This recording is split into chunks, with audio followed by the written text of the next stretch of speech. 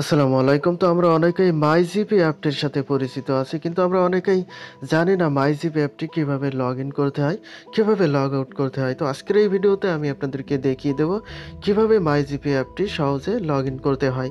তো তার আগে বলে রাখা ভালো, আপনারা দেখছেন B2B বাংলা ইউটিউব চ্যানেল। তো যারা এখনো পর্যন্ত এই চ্যানেলটি সাবস্ক্রাইব করেনি তারা এখনই সাবস্ক্রাইব করে ফেলুন এবং পাশে থাকা বেল আইকনটি বাজিয়ে দিয়ে ভিডিওটিতে একটি লাইক করে দিন। তো চলুন সরাসরি কাজের কথায় আসা যাক।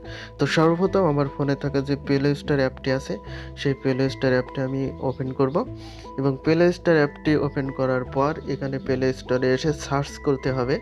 এখানে মাই জিপি অ্যাপ লিখে সার্চ করতে হবে মাই জিপি।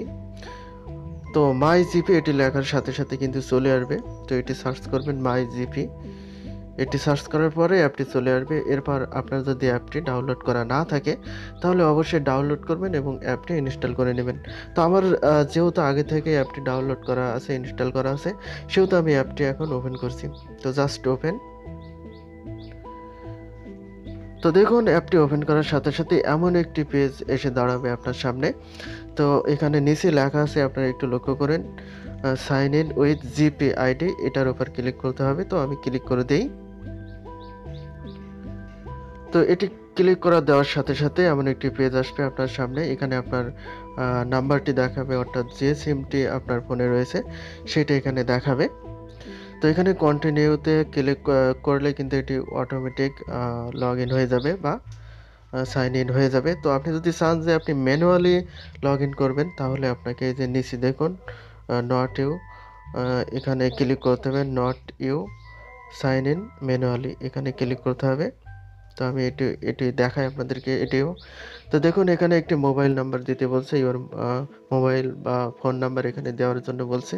তো আপনি এখানে যেকোনো একটি নাম্বার কিন্তু এখানে আপনি দিয়ে দিতে পারেন। এরপর সাইন ইনে ক্লিক করলে এটি কিন্তু আপনার ম্যানুয়ালি লগ ইন হবে। তো আমরা ম্যানুয়ালি লগ ইন করবো না, আমরা ব্যাক করছি এখান থেকে।